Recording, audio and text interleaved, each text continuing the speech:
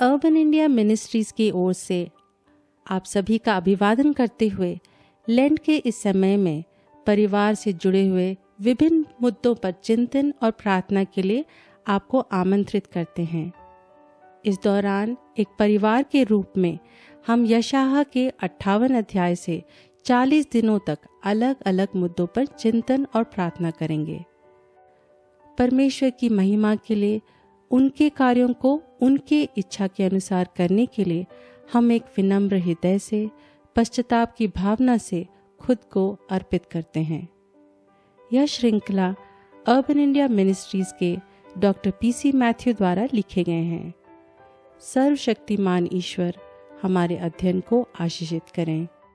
तीसरा दिन, शोषित महिलाओं के लिए पारिवारिक रूप से प्रार्थना करना। युगों युगों से शारीरिक रूप से कमजोर लोग, विशेषकर महिलाओं एवं बच्चों का शोषण होता आ रहा है।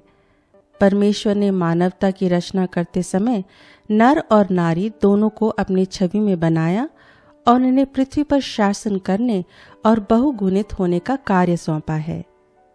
हालांकि मनुष्य के पाप में गिरने के कारण यह सामंजस्य बाधित हुआ, जिससे पुरुषों और महिलाओं के बीच संबंधों की गतिशीलता में बदलाव आया है। उत्पत्ति का 3 अध्याय और 16वां पद पुरुष और नारी के रिश्ते में परिवर्तन और नई व्यवस्था देता है, जहां हव्वा से कहा गया, तेरी लालसा तेरे पति के लिए होगी और वह तुझ पर प्रभुता करेगा। इस अधिकार में बदलाव जानवरों और पौधों पर दिए गए प्रभुत्व के बराबर नहीं है, बल्कि एक देखभाल करने वाले नेतृत्व का तात्पर्य है, जहां पति अपनी पत्नी की भलाई को ध्यान में रखते हुए शासन करता है।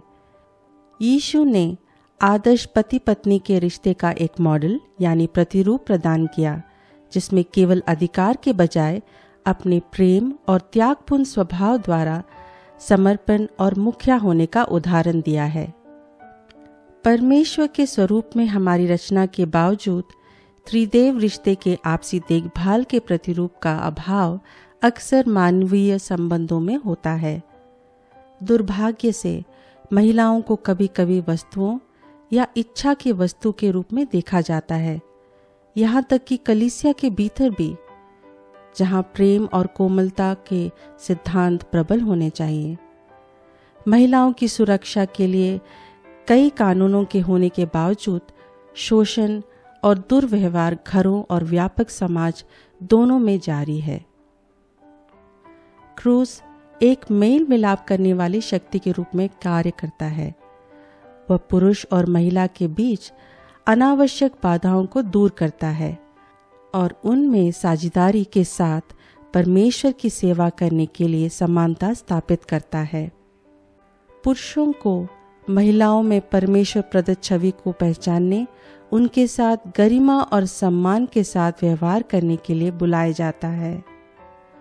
हमारी प्रार्थना है कि ईश्वरीय आस्था पुरुषों और परिवारों के दिलों को परिपूर्ण करे, जिससे घर के भीतर और बाहर महिलाओं के शोषण को खत्म करने के लिए लोगों के दृष्टिकोण और व्यवहार में बदलाव आए।